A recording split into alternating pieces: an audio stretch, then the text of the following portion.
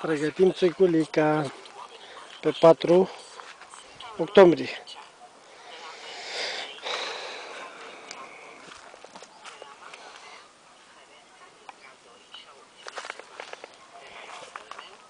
Și merele mai de calitate.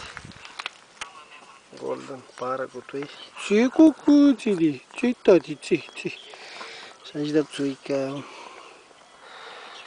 Da. Și aici pentru pețulică.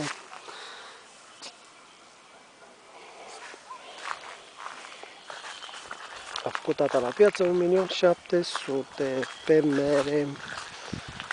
Și mai ducem și gutui. Mâine duc la piață gutui. Vedem aici frumusețe de gutui.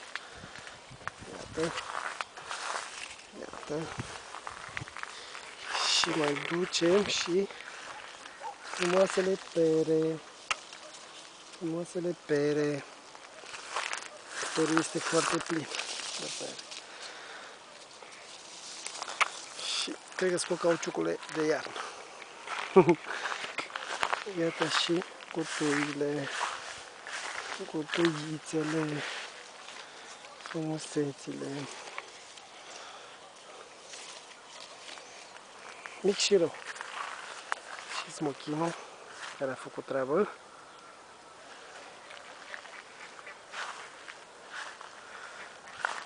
Și vietorime. Caisele. Asta n-a făcut niciodată, nu știu despre ce. Asta e timpurile.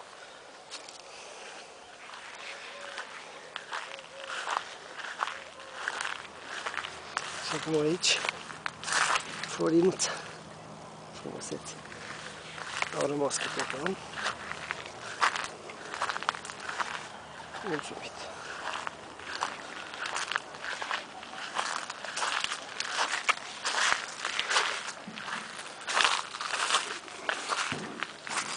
Asta s-a uscat, îl scot. De aici mai am de luat câteva. Destul de frumoase. Iar ăsta e plin.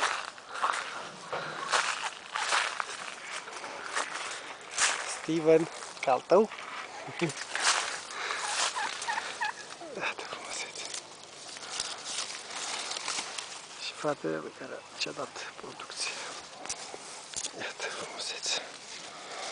Și urățime astea mici.